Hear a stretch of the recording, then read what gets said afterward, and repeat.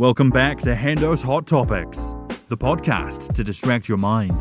Real people and their stories, raw and uncut. Hey everyone, how's it going? Welcome back to HendosHotTopics, our first episode of 2023. I promised you that at the start of March we'd get back into it, and what a way to kick it off. We're going to make Kyle here. Now you may have... How's it going? Yeah, you going good, bro? Yeah, man, good. Good. Yeah.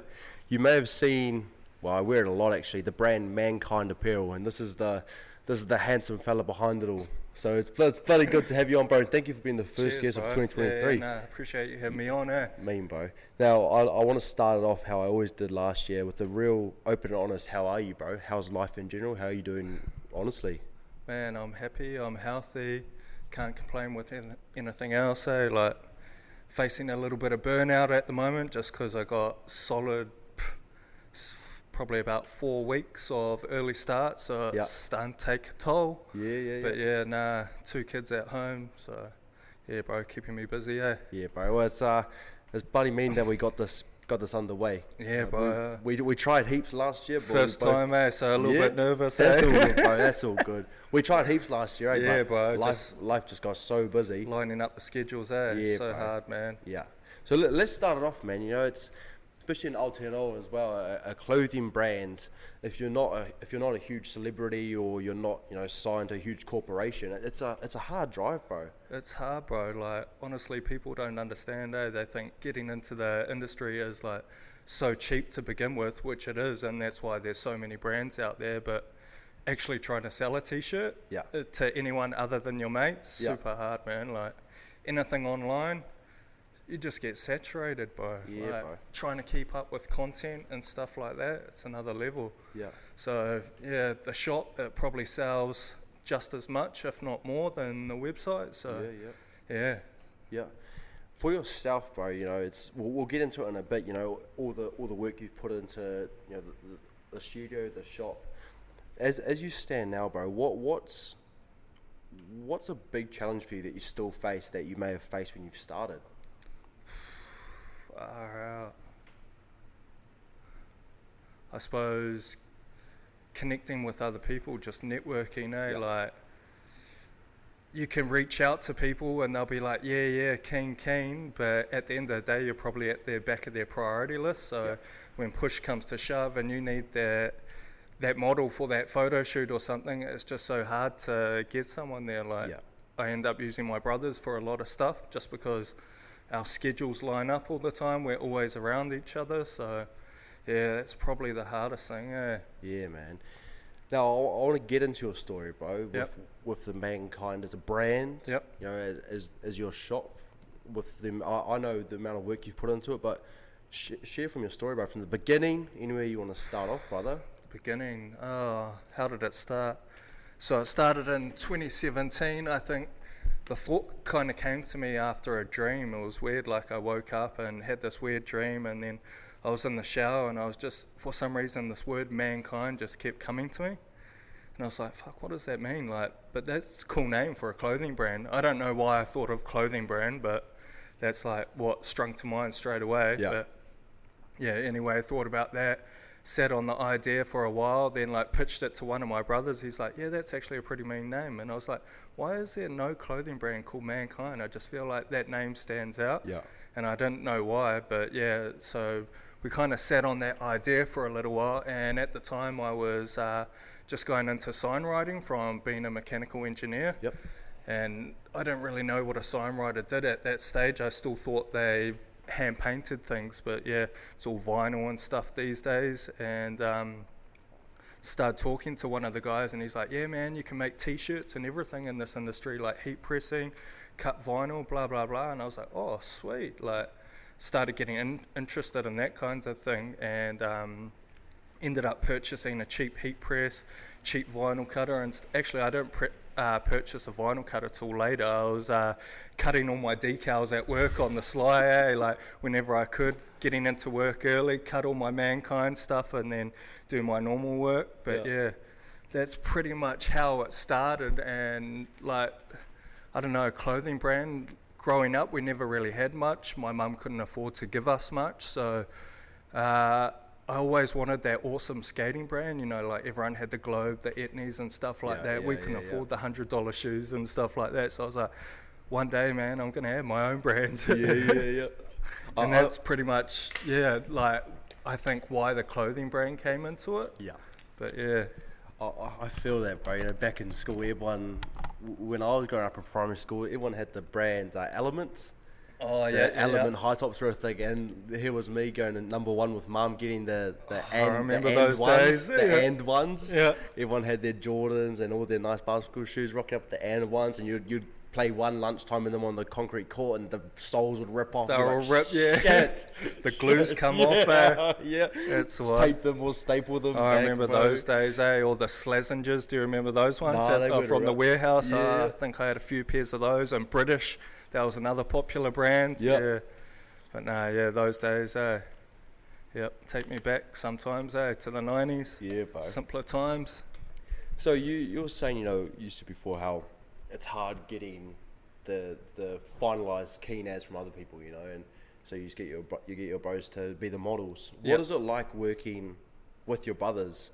You know, you solely do the Mankind Apparel brand, and this is your baby, but, you know, being in the same space as your brothers day in, day out, how do you balance that brotherhood and on top of the business side of things? We're actually not together all the time. I'm not with them all the time, so I don't actually work in here day to day in the shop. I do my sign writing and whatnot, so I've got my 3 brothers in here that are barbers, and they're probably the ones that help me out the most with like the clothing sides of things. Like, we've just always got along. We're a close family. There's actually two of them are my real brothers, and then one's a stepbrother that works in here, but we've also got 2 other stepbrothers and a stepsister, so we've always just been tight. When we're younger, we were always just like play fighting and never got sick of each other, always like each other's support person and stuff like that. So I don't know, like, we do have our ups and downs and we fight, but like those fights maybe last 24 hours, if that, before someone's like, stop being soft, bro. It's just hard enough. It was only a joke. So, bro, getting on with each other is super easy, we just mesh, and like, my brothers are probably like my best friends at the end of the day because I can call on them for anything. So, what do you find yourself, you know, calling on your brothers for? I feel like they call on me a lot more than I call on them, but in that case, then what is it? What do they call on me for? Like, I maintain this whole shop pretty much. They're not too like mechanically inclined with like how everyday things work, like cars and stuff like that.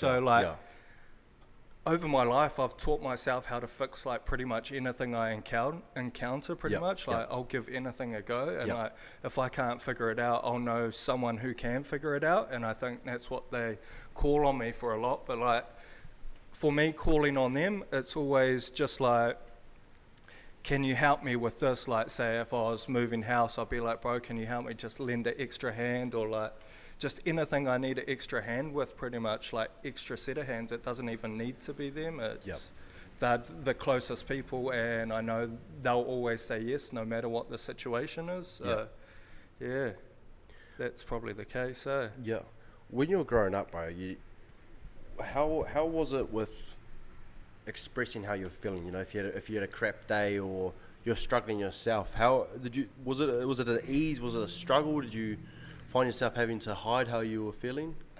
Man, in my early years, like, I kind of always knew I was different because I wasn't that kid that wanted to go out and play with toys. I wanted to go out and make stuff and build stuff and sell stuff on the side of the road. Like, I've always been like that little hustler. Like, I remember times getting cars off the side of the road and getting them to park in my driveway, and I had the hose dragged out the front of the house, bro, washing everyone's car, and then my mum didn't know or anything like that, and she poked her head out the window like, what are you doing?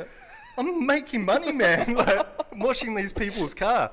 They didn't know any different, but like, I'd rope my brothers into helping me do that kind of stuff. So pretty much Yeah, I didn't think of those things growing up, because I was always such a busy kid. I never had time to think about it. Yeah. It wasn't till like later on in my teens when you start developing all those different emotions and stuff like that, that you actually start to feel those feelings, but you don't really know what you're feeling because you can't describe it at the end of the day.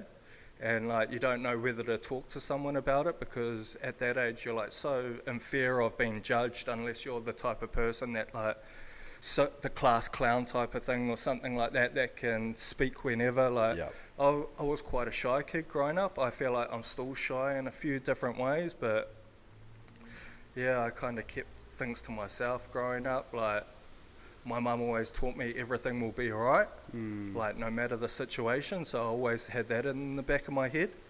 But yeah, can't say I've dealt with too much stuff like that, I went through some bad stuff in like my later teens, like my 20s and stuff like that, like stuff I want to forget but I don't regret doing, because it like made me the person I am today. It helped shape you. Yeah, bro. Now that you've got a family of your own, bro, you know, you're the father of your beautiful kids. Does that come into play now with the way you think, in the world we live in? You having to feel like you almost have to be open with that as the older they get? Be like, hey, you know, there's some days you are going to struggle with this and I'm here for you, you know what I mean? Definitely. I try now, and my oldest is only 3 and he doesn't even understand what I'm saying really. I'm trying to ask him how his day was and like how does he feel this morning and stuff like that, especially when he's getting angry, like asking him why he's crying and stuff like that. But at that age, like they can't comprehend any of that. They don't know why you're saying it. They're still developing their minds. So it's like,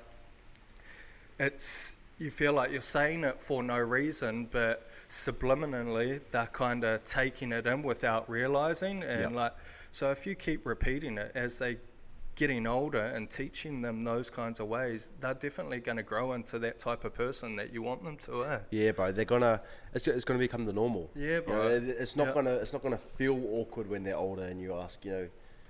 Yeah, exactly. Like, why are you angry? Yeah. You know, they're not gonna shut off because there's gonna be something about it that feels familiar to them. Yeah, yeah, and that's why I want to teach them that as well, because I never had that relationship with my dad. So yeah, it's just about being open, and like the society that we live in now is so different to the one that I grew up in. Like you say, you couldn't talk about those kinds of things because you'll get called weak or like harden up and stuff like that. Like, yeah, bro. I'll give you something to cry about. Yeah. That was one. Yeah. Now you've got your clothing brand, bro. Is this your? I want to say, this is how you express yourself.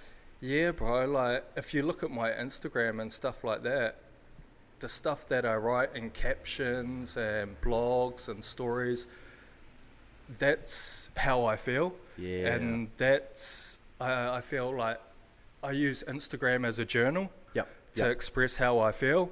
Like, people that are seeing it might think that I'm saying it to them, but that's how I woke up feeling that day. And like, yeah, it's hard to say, like they're just all my thoughts that I think throughout the day, and I have notes on my phone for pages and pages of just all different sayings and quotes that like when I've been driving or something, it's just come to me and I'm like, oh yeah, that's a gem, I need to write that one down, and like literally pull over and write it down on my phone and stuff like that. I waste so much time doing that kind of stuff, or like try sneak it in at the traffic lights and I get people tooting at me. But like, yeah, bro, if you look at my phone, I've just got notes galore, and it's like all different captions that I've used over time, and just like ideas of all different things, that just anything that I can think of, like anything that I think is relevant to what's going on in my life at the time. Your quotes that you've been doing on your story recently, they're real nice. Yeah. It is nice to go on to Instagram and, you know, tap on the stories and not have to worry about first seeing thing crap. In the morning, Yeah, bro, that is, bro. That's why I done it, because like I wake up really early in the morning, and first thing I do is jump on Instagram, and the first thing I jump on is stories. And I don't know why I do it. I don't know if I do it for research or to see what people have been up to or out of habit. But I was like, as soon as I get on there, I see so many negative stories straight away. Like, I want to see like something that's going to uplift me, and I know like a lot of other people want to see that as well. Yeah. It's like affirmations, kind of like telling you you are special, you are great, and if you see that, I know I post it really early because I know I'm up before a lot of other people, so that the first thing they're going to see if they interact with my page a bit is a good quote, like something that's probably going to inspire them for their day. And that's how it kind of came about, and I'm just trying to stay consistent with it. So what I do is I try to do it for 5 days of the week, Monday to Friday, because those are usually the days that you go to work, and like on Saturdays and Sundays I kind of want to have time for me and my family as well. I don't want to be posting on social media and thinking about Mankind this, Mankind that, and like neglecting my family and not really having a family life and just all work. So yeah, that's why I chose to stick it like Monday to Friday pretty much. How do you find that balance, bro, from backing away from this? Far out, it's tough, man. Like, I think the only reason I find that balance is because I've got a good partner that like will back me up whenever. Like if I'm busy, she knows that she'll just drop everything at a hat pretty much. If I've got like some kind of work thing on, she knows how important these kinds of things are to me and stuff like that. And like without her, I wouldn't be able to do like probably most of the stuff that I do, like all the helping of people, like fixing things and stuff like that, all the signage jobs that I do for people, all this clothing, creating content, running the VHS business, just everything in general. Yeah, bro. Now, when you come up with the design, bro, I've always been curious. What I'm trying to say, how do you build up the courage to back yourself? You know, because it's the country we live in. It's so easy to fall into the trap about worrying what others will think. You know what I mean? So when you design something, how do you design something that you're proud of and you don't care what anyone else has to say about it? Man, I just don't care about judgment, because people are going to judge you anyway. Like, you could put nothing out and still be the person you are, and people are still going to judge you.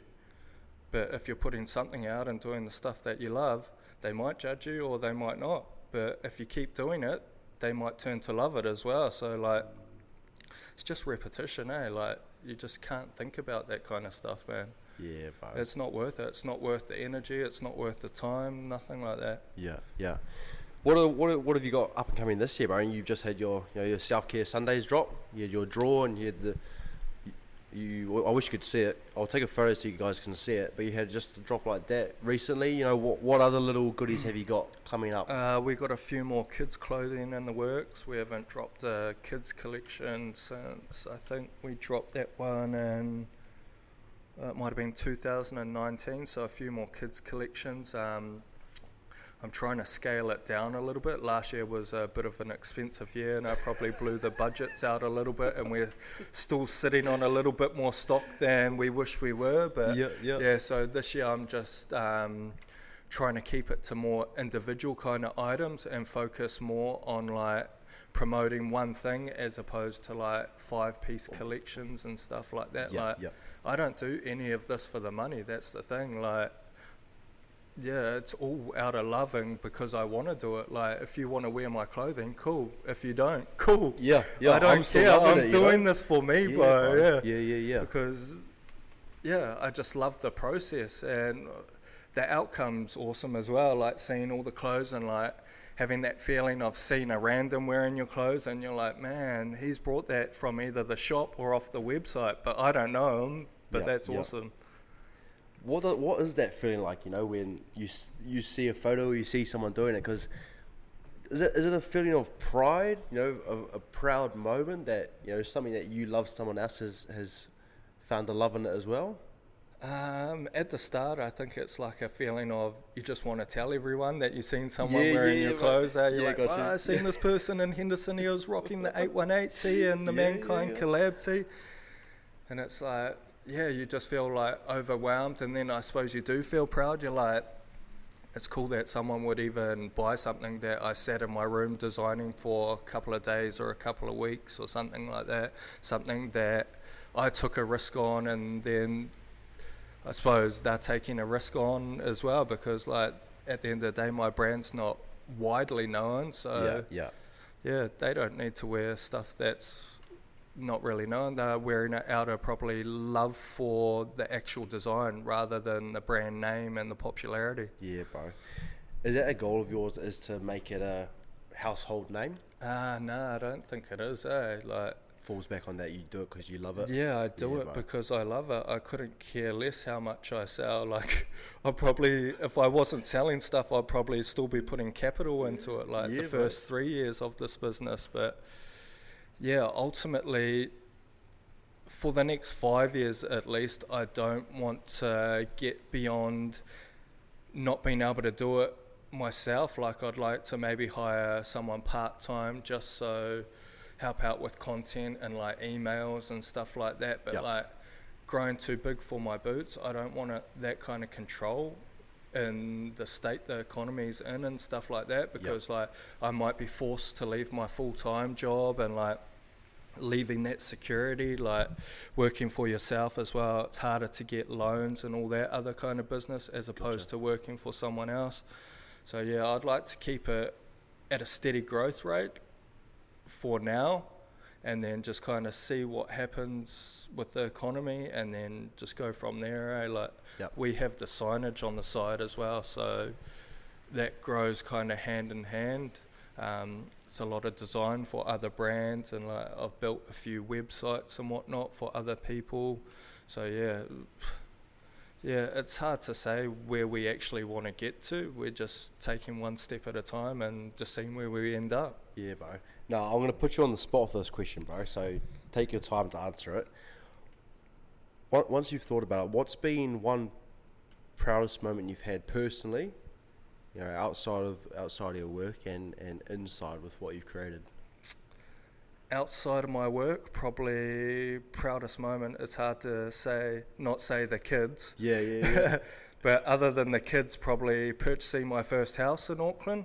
They're like, one of my mates was selling a house, and I told him previously that, we're probably looking at buying a house in a couple of years, and he's like, I'll come have a look at my house that I'm selling. I was like, okay, not thinking anything of it that I'd be able to purchase it, because I wasn't trying to purchase a house or save to purchase a house really, or anything like that. And it kind of just happened. Like, we went on a mad battle for about 7 months getting finance for it, but we got there in the end. So buying a house and not even having to leave my neighborhood, I like literally moved around the corner. So I know a lot of people my age have to move out of Auckland to buy a house. So that was probably the proudest moment outside of work. But inside of Mankind, it's hard to say. There's been some pretty mean moments. I've had some pretty cool moments with like NRL players wearing my clothing. Josh Aloiai from Manly Sea Eagles, sent him some stuff over. He was rocking it for a bit. Jacket Asian, the guy that makes all the skits, he rocks the stuff. I've sent stuff to Uncle Tix. I don't know if you know the fella on TikTok and Instagram as well, Awatia, I think his name is, and he does like little skits, and he with Uncle Tix and stuff like that. He's from down South Island. Sent some stuff to him. So like getting all those guys that are actually like pretty well known to wear my stuff without having to offer them amounts of money or anything like that, just like praising their content because I fuck with it pretty much. And their willingness to wear it and just receive it, bro, that's a pretty proud moment. Yeah, bro, that's mean. And that's because how long have you had Mankind up and going, bro, as of today? It's been about 6 years now. So we first kicked off in 2017, but like the whole of 2017 was pretty much just research and just like figuring out if this was actually a thing I wanted to do, if it was going to work. So we produced a bunch of singlets and just sold them out to whoever we knew. I didn't have a website at that time. I sold them. I created an Instagram page and pretty much just put one photo up and just started slinging a few singlets, and that's how it started. But yeah, about 6 years as of today. I think it will be 6 years towards the end of March. Yeah. Man. Yeah. And are you happy with how you've grown as a person along those 6 years, bro? Because has doing something like this taught you a lot about who you are as well? Yeah, it's taught me a lot about gratitude and like actually listening to myself and figuring out my own stuff. Like doing this kind of thing, I have to spend a lot of time alone, so you get stuck in your own thoughts and whatnot. Yeah. So yeah, bro, it's definitely, it's on the spot, it's hard to think about it, but if I sat there for like half an hour, I could probably think of like 50 different things that it's changed about me and stuff like that. Yeah. I suppose becoming a father through all of this has probably transitioned it all as well, and like made that want to create something that's going to last for a decent amount of time, that my kids can help me with one day, that bit stronger. But yeah, other than that. Mean, bro. Now, is there anything that you've seen recently or you've thought of, you know, being stopped at a traffic light where you thought, you know, I want to get that out there? Is there something you feel people should know or that people should hear that you want to put out in the world? Man, believe in yourself. Like, I see people every day that don't believe in themselves, even in like my day-to-day job. Like, we'll be doing something and it'll be just as simple as drill that hole, and it's like, nah, I can't do that because if it's in the wrong spot and stuff like that. It's like, but you've measured it out, you've checked it twice. It's like, back yourself at the end of the day. It's like, just believe in yourself. So many people don't, bro, because they're just afraid of making mistakes, but mistakes equal that success at the end of the day. I don't know anyone that's successful that hasn't made a mistake.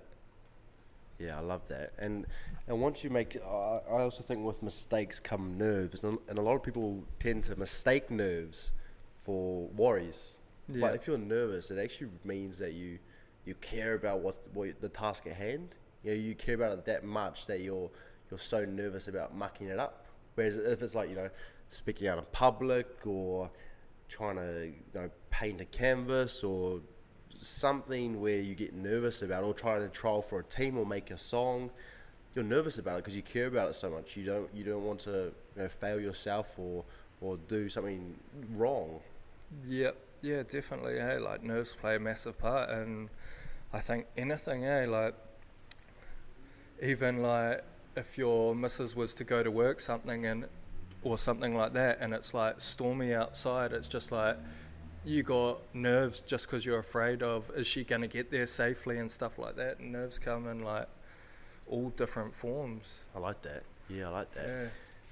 Is there a message, bro, that you want to put out to yourself for the future, or even your kids for when they're older?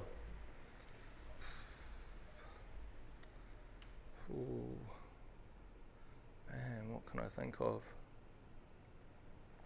Take risks, like be prepared to lose it all. Like have that thought that if you're doing what you want to do, everything will be okay, because everything always will be okay. Like nothing lasts forever, not even our problems.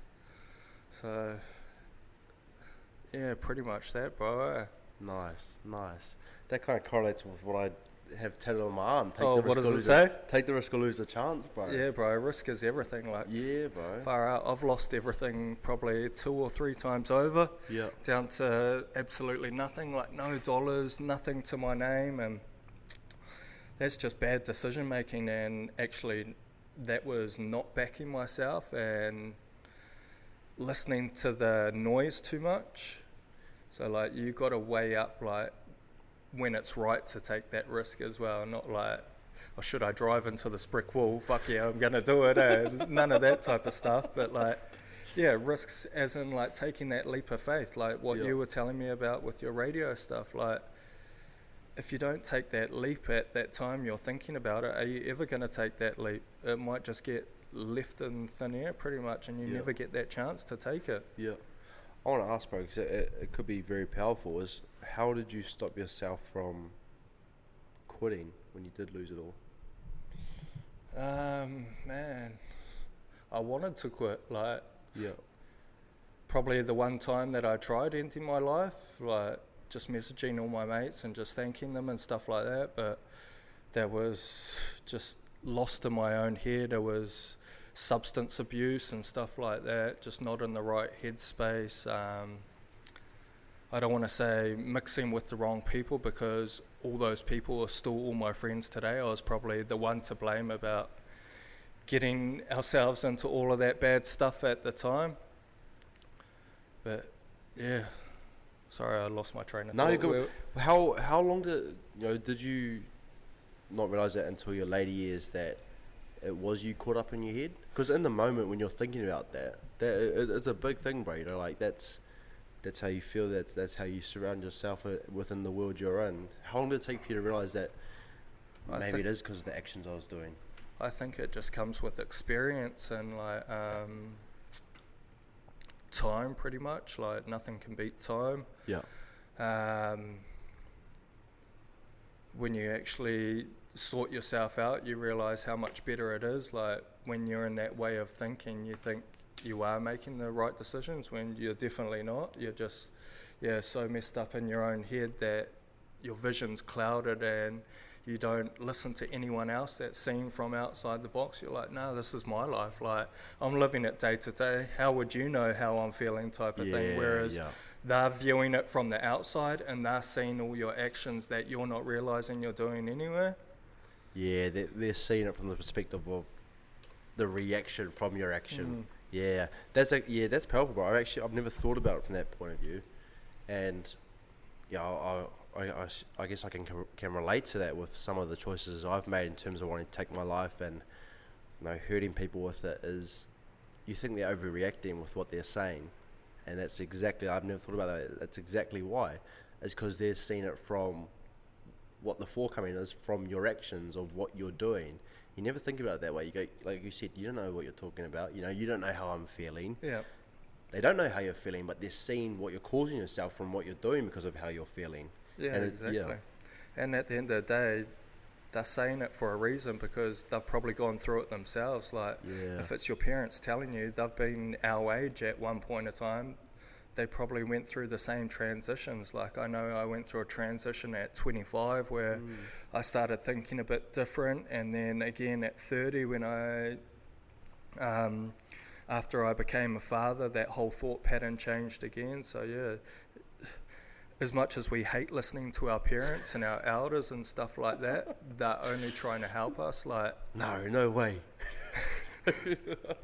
But like, yeah, they see it, bro. Like, if you're in a bad way of thinking, that's their worst thought, is losing their child, bro. Being a dad, like, I have those thoughts all the time. Like, what are my kids going to grow up and start to feel and think? And, like, are they going to ever have these thoughts? Because I could never lose a child. Yeah. Is there anything else, bro, that you'd want to put out there? I guess I could say your final message. Man, love yourself. No one should love yourself like you. If you can't love yourself, you can't love anyone else. And love is like what controls everything. Yeah. Where can the beautiful people find you, bro? Mankind Apparel NZ on Instagram, www.mankindapparel.co.nz for the web page, and just Mankind Apparel on Facebook, as well as 168 West Coast Road, Glen Eden for the shop. If you want to come buy something, check us out. Mean, bro. Now, I'd love to do a catch up later on in the year. Yeah, bro, love for sure. to talk about some more, bro. And thank you for the universe for finally clearing up some time where we could sit down, bro. I've been so pumped to sit down and talk, man. So it's nice that we finally got underway and the first episode of the year, bro. Yeah, hard out. No, it's been good to catch up, bro. Good to see you and everything like that. Appreciate you for having me on. Like I say, first podcast, a little bit nervous and whatnot. You could probably tell in my voice, but yeah, we got through it. I appreciate your love you show for me what I'm doing, bro. Like I said to you guys at the start, you see me wearing, I'm a cap guy, and you see me wearing my MA cap whenever I go to the gym, and my flat brim whenever I do a podcast, and I've got my favourite top that I've got, bro, is my nice baggy white tee with the Japanese girl on the back. I love that colourway. You like that one? White, blue, pink, bro. Yeah. Favourite tee, man. Bro. And it's what I really love, man, is you said it during our conversation, is you do it because you love it. Yeah. You know, and that's really, it's really nice to see from the outside, is someone doing it because they love it. Yeah. Because it's genuine, man. It's genuine, and it's so nice to be able to connect with someone who's really genuine in themselves and their work, and does it because they love it and they're passionate about it, not just doing it because, you know, they want to be the next big thing, or, you know, they want everyone to promote them stuff 24/7, which is nice to get promoted 24/7. Definitely, but you know, bro, it'd be nice. but a lot of brands like that do it for the wrong reasons. Yeah, they do it yeah. just to get out there rather than actually being devoted to their art. So that's what I really love about you, bro, and your work. And it's Appreciate the kind words, bro. the work you do, bro, is mean.